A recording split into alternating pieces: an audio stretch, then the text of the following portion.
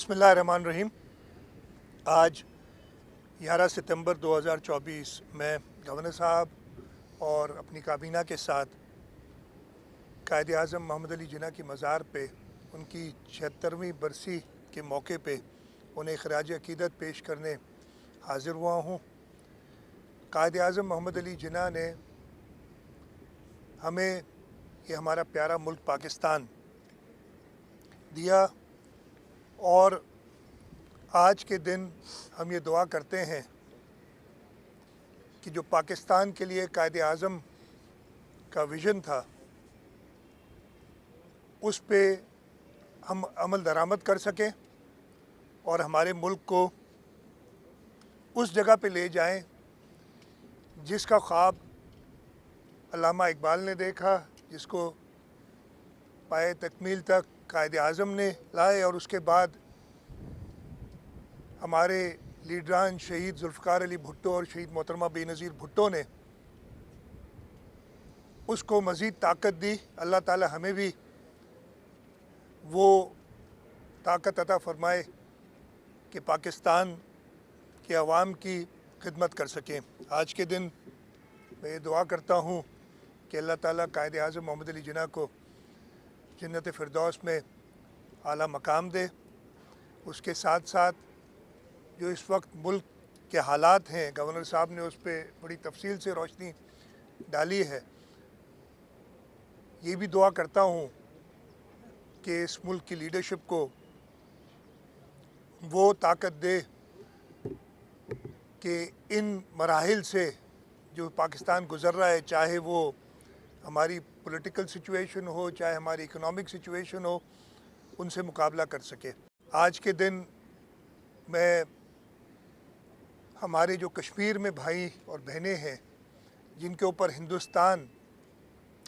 मुसलसल जुल्म और बर्बरियत कर रहा है, ये इरादा करते हुए कि हम उनके साथ खड़े हैं और इंशाअल्लाह ताला कश्मीर के अवाम को हक़ राय दही देकर रहेंगे। इसके साथ साथ आलम इस्लाम में ख़ास तौर पे फ़लस्तीन में जो इसराइली बर्बरियत चल रही है उसकी शदीद मज़म्मत करते हुए ये दुआ है कि आलम इस्लाम मुत्तहिद हो और जहाँ जहाँ मुसलमानों के साथ ये जुल्म हो रहा है वहाँ पे मुत्तहिद हो के उन ताकतों का मुकाबला करें जो ना सिर्फ मुसलमानों बल्कि इंसानियत के साथ जुल्म कर रहे हैं। आज के दिन हमें एक बार फिर अहद करना चाहिए कि हम सब मुत्तहिद हो के अपनी ज़ाती रंजिशों को पीछे रख के मुल्क के अंदर जो सूरत हाल है उसका मुकाबला करें और पाकिस्तान को वो अज़ीम ममलिकत बनाएं जिसका कायद आज़म का जो विज़न था और जैसे मैंने कहा जिसके लिए शहीद जुल्फ़िकार अली भुट्टो और शहीद मोहतरमा बेनज़ीर भुट्टो ने अपनी जान की कुर्बानी दी। उसके साथ साथ आज के दिन ये भी याद आए कि मुल्क के अंदर जो इंटरनल सूरत हाल है उसका मुकाबला करने के लिए भी हम सब मुत्तहिद हों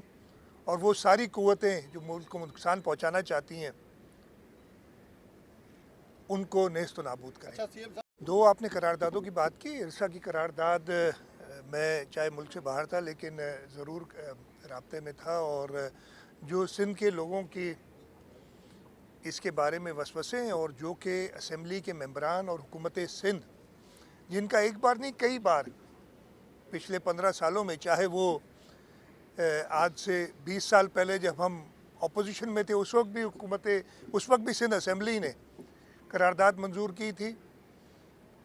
पाकिस्तान पीपल्स पार्टी ने उस वक्त अपोजिशन में थी लेकिन उस वक्त भी वो करारदाद मंजूर कराई थी। कालाबाग डैम के ख़िलाफ़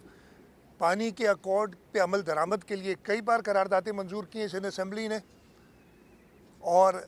इस वक्त जब एक बार दोबारा ये बात सामने आई थी तो सिंध असम्बली ने ये मुनासिब समझा कि सिंध के लोगों की राय देखते हुए एक करारदाद मंजूर की। उसके साथ साथ جو بات کی تھی کہ ایک منتخب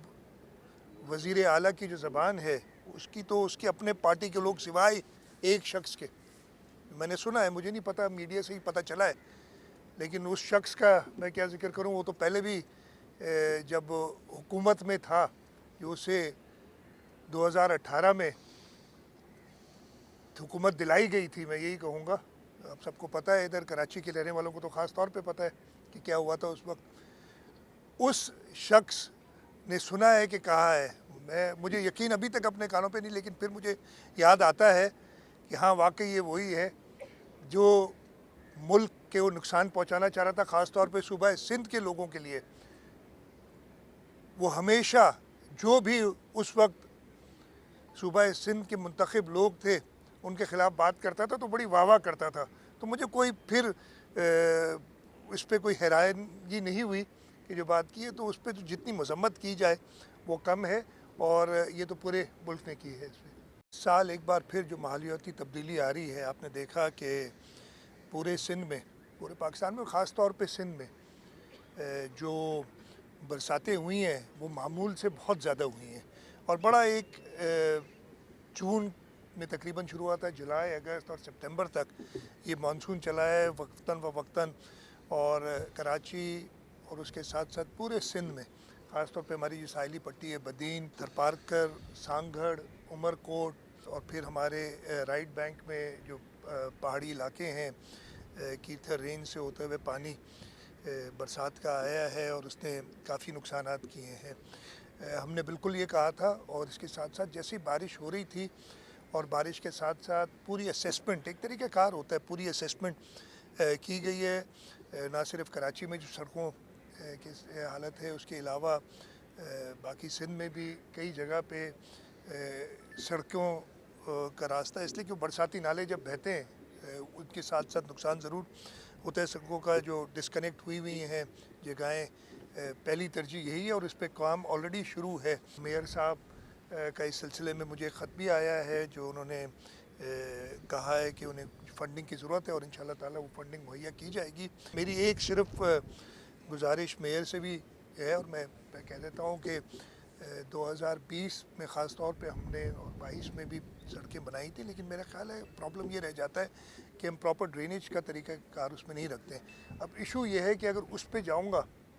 تو ٹائم بہت زیادہ لگے گا اگر پوری ڈرینیج پراپر کریں، اور نقصان یہ کہ اگر نہیں کیا کہ دوبارہ اگر ایسی بارش ہوتی ہے تو پھر ایسا نقصان ہو سکتا ہے۔ تو اس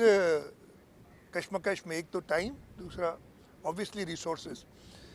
آپ کو پتہ ہے ملک جن اکنامک صورتحال سے گزر رہا ہے، لیکن ان کے باوجود ہماری پہلی ترجیح ہوگی اور ترجیح ہے کہ ہم بارش سے جو نقصانات ہوئے ہیں، چاہے وہ لوگوں کے انڈیویجول ہوں، کئی اموات ہوئی ہیں برساتوں میں اس سال، اس کے علاوہ فصلوں کو بھی نقصان ہوا ہے، اور اس کے ساتھ ساتھ